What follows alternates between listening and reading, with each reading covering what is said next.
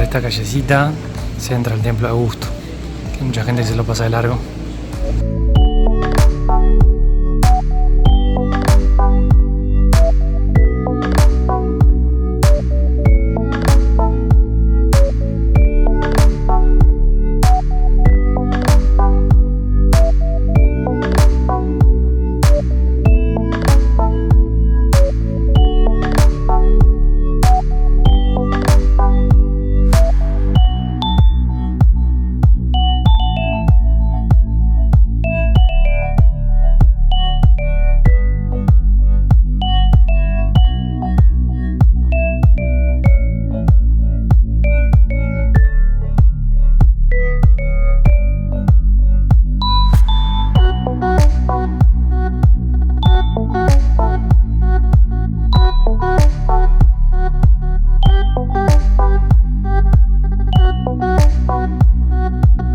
Un lugar que no conocía, la Biblioteca de Santa Creu, en el barrio Raval.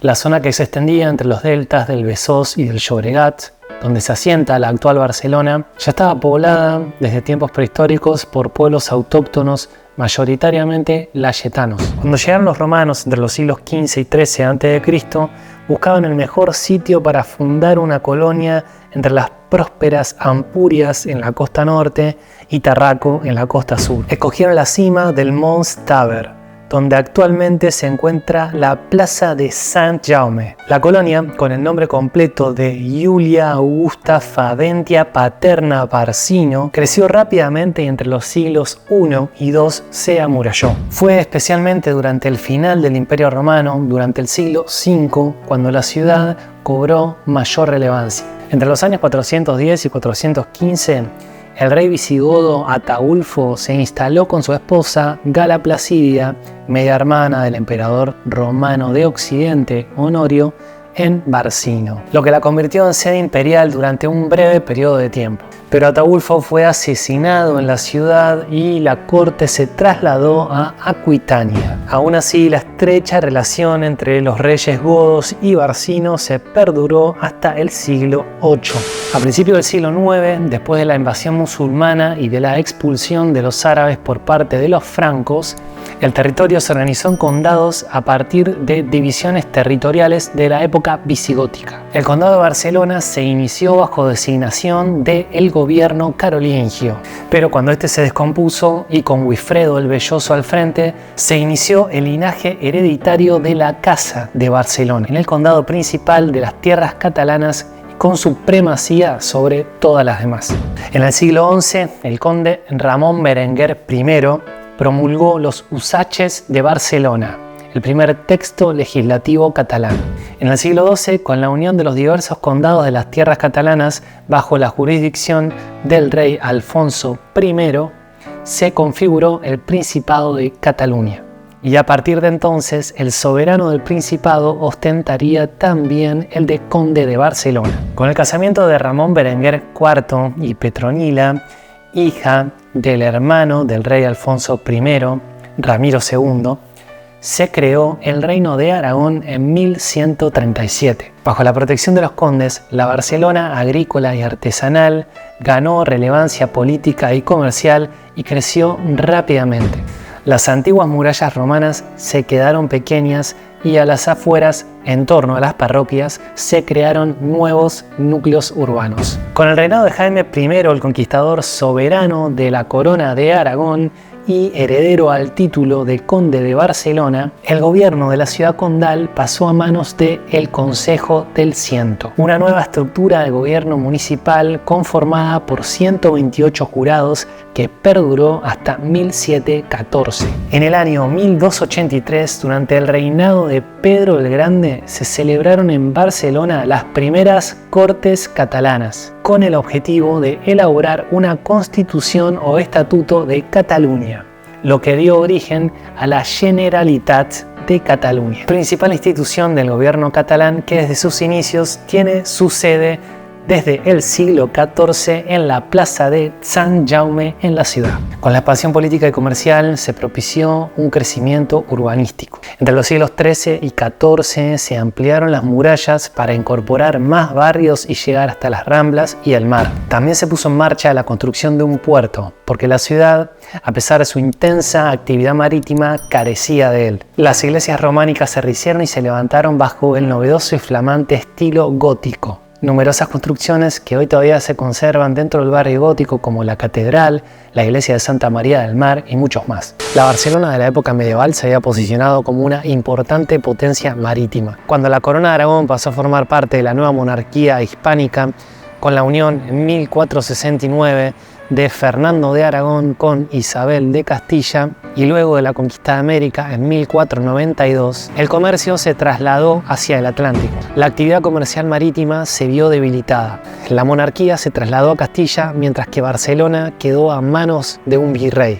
En 1640 la población catalana se rebeló en el día Corpus de Sangre, lo que dio origen a la Guerra de los Segadores.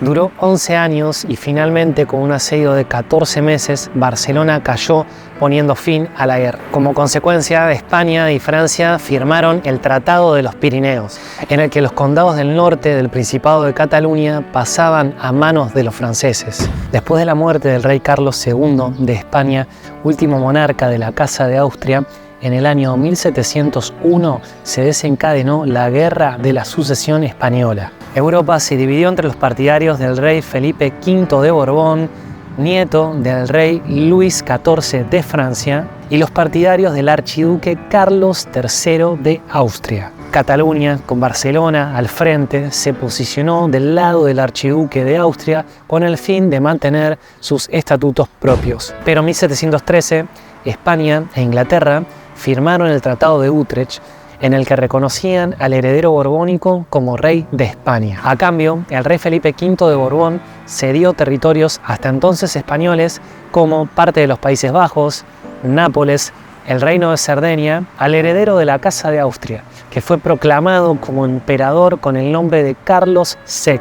Los catalanes, inmersos en plena guerra, se quedaron solos. Barcelona cayó derrotada en 1714 a manos de las tropas borbónicas, y con ella Cataluña entera se rindió. El ejército de Felipe V abolió el Consejo del Ciento, la Generalitat y las universidades de Cataluña, e impuso un decreto que anulaba las antiguas libertades y derechos. Además, derribaron gran parte del barrio de la Ribera para construir la Ciudadela, una fortaleza militar para vigilar a los barceloneses. Los restos de aquel barrio derribado se pueden ver actualmente en el Centro Cultural de El Born.